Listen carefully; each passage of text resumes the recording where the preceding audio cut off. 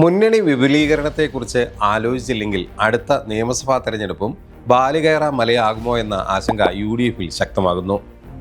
നിലവിലുള്ള രീതി വെച്ചുകൊണ്ട് ഭരണം തിരിച്ചുപിടിക്കുക ദുഷ്കരമാകും എന്നാണ് മുന്നണിയിലെ ഘടകകക്ഷിയിലെ ഒരു വിഭാഗം ഉൾപ്പെടെ വിലയിരുത്തുന്നത്.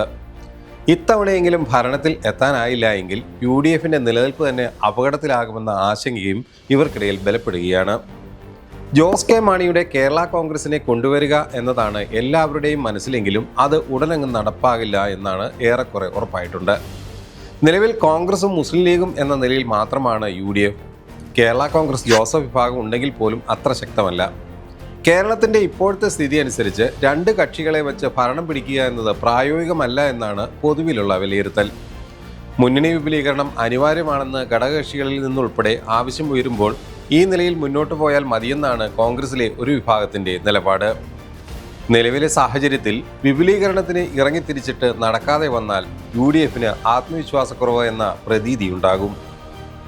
ഭരണം പിടിക്കണമെങ്കിൽ UDFിന് 71 സീറ്റ് അനിവാര്യമാണ്. നിലമ്പൂർ കൂടി ജയിച്ചതോടെ 43 സീറ്റാണ് UDFിന് ഇപ്പോൾ നിയമസഭയിലുള്ളത്. അതിൽ തന്നെ രാഹുൽ മാങ്കൂട്ടത്തിൽ പാർട്ടിയിൽ നിന്നും സസ്പെൻഷനിലാണ്. അതായത് 30 സീറ്റുകൾ കൂടിയെങ്കിലും അധികമായി നേടിയാൽ മാത്രമേ ഭരണം തിരിച്ചു പിടിക്കാനാകൂ. കോൺഗ്രസും ലീഗും കേരള കോൺഗ്രസ് ജോസഫ് ജേക്കബ് ഗ്രൂപ്പുകളും മാത്രം വെച്ചുകൊണ്ട് ഇത് സാധ്യമാകുമോ എന്ന ചോദ്യം മുന്നണിക്കുള്ളിൽ ശക്തമാണ്.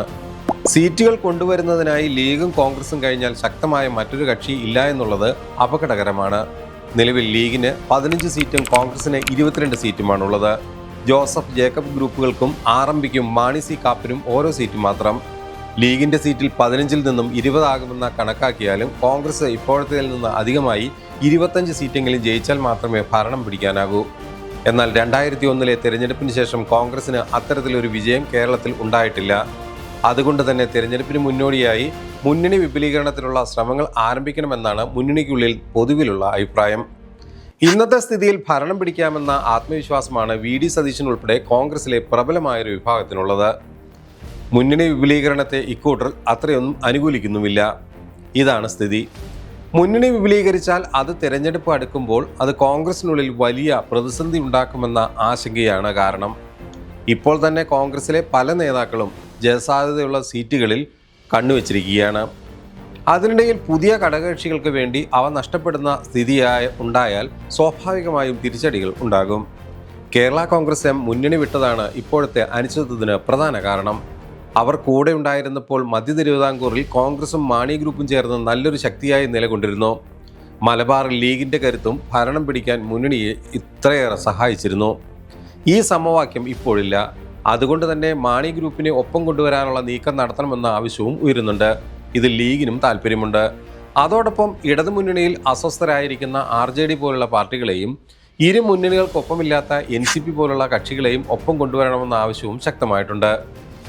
NCPക്ക് ശക്തമായ സാന്നിധ്യമുള്ള എലത്തൂർ, കോട്ടയ്ക്കൽ, കളമശ്ശേരി, കുട്ടനാട് എന്നിവിടങ്ങളിൽ പാർട്ടി മത്സരിക്കുന്നത് മുന്നണി സ്ഥാനാർത്ഥികൾക്ക് കനത്ത വെല്ലുവിളിയാകും. സമുദായങ്ങളുടെ ഒരു രാഷ്ട്രീയ കൂട്ടായ്മയാണ് UDF രൂപം നൽകിയത്. അതിന് വിഭാജന ചെയ്തിരിക്കുന്നതും അതുപോലെ തന്നെയാണ്. അന്ന് പാർട്ടികളുടെ ഘടനയും ആ നിലയിലായിരുന്നു. മുസ്ലിം വിഭാഗത്തെ പ്രതിനിധാനം ചെയ്ത മുസ്ലിം ലീഗ്, ക്രിസ്തീയ വിഭാഗങ്ങൾക്കായി കേരള കോൺഗ്രസുകൾ, NSSന് കേരള കോൺഗ്രസിൻ്റെ തന്നെ ബാലകൃഷ്ണപിള്ള ഗ്രൂപ്പ്, പിന്നെ എല്ലാവരെയും പ്രതിനിധാനം ചെയ്യുന്ന കോൺഗ്രസ്. ഒരു ഘട്ടത്തിൽ NDP, SRP പോലുള്ള സാമുദായിക പാർട്ടികളും ആ മുന്നണിയുടെ ഭാഗമായിരുന്നു. എന്നാൽ ഇപ്പോൾ അത്തരം സിദ്ധാന്തങ്ങളൊന്നും പ്രായോഗികമല്ല. കഴിഞ്ഞ 2 തിരഞ്ഞെടുപ്പുകളിൽ മുസ്ലിം ന്യൂനപക്ഷമാണ് UDFിനെ അധികാരത്തിൽ നിന്ന് അകറ്റിയതിൽ പ്രധാന പങ്കുവഹിച്ചത്. അത് മറികടക്കാനാണ് ഇക്കുറി നേരത്തെ തന്നെ ജമാഅത്ത് ഇസ്ലാമിയുമായി പരസ്യമായും SDPIയുമായി രഹസ്യമായും ധാരണ ഉണ്ടാക്കിയതായി രാഷ്ട്രീയ കേന്ദ്രങ്ങൾ കരുതുന്നത്. മുസ്ലിം വിഭാഗങ്ങളുടെ ഏകീകരണത്തിന് ലീഗ് മുൻകൈയെടുക്കുകയും UDF അതിനൊപ്പം നിൽക്കുകയും ചെയ്തത്. എന്നാൽ അതിനിടെ ഇരുട്ടടി പോലെ NSSും SNDPയും പെട്ടെന്ന് കോൺഗ്രസിനും UDFിനും എതിരായ നിലപാട് സ്വീകരിച്ച് രംഗത്ത് വന്നു. എക്കാലം UDFിൻ്റെ വിശ്വസ്ത വോട്ട് ബാങ്കായ നായർ വിഭാഗത്തിൽ ഇത് വിള്ളൽ വീഴ്ത്തുമോ എന്ന ആശങ്ക ശക്തമാണ്. അതോടൊപ്പം ക്രിസ്ത്യൻ വിഭാഗങ്ങളെ പ്രതിനിധീകരിക്കാൻ മുന്നണിയിൽ ആരുമില്ലാത്തതും UDFിനുള്ളിൽ ആശങ്ക ശക്തമാക്കിയിട്ടുണ്ട്. ഏതായാലും വരാൻ പോകുന്ന തെരഞ്ഞെടുപ്പ് എല്ലാ മുന്നണികൾക്കും വെല്ലുവിളി ആകുന്നതുപോലെ തന്നെ UDFിനും ശക്തമായ പ്രതിസന്ധിയാണ് സൃഷ്ടിക്കുന്നത്. NCP പോലുള്ള പാർട്ടികളെ ഒപ്പം ചേർക്കുന്നതോടെ മാത്രമേ ഇത്തരം പ്രശ്നങ്ങൾക്ക് പരിഹാരം ശാശ്വതമായി കാണാൻ സാധിക്കൂ എന്നാണ് പൊതുരാഷ്ട്രീയ മേഖലയിലുള്ളവർ വിലയിരുത്തുന്നത്.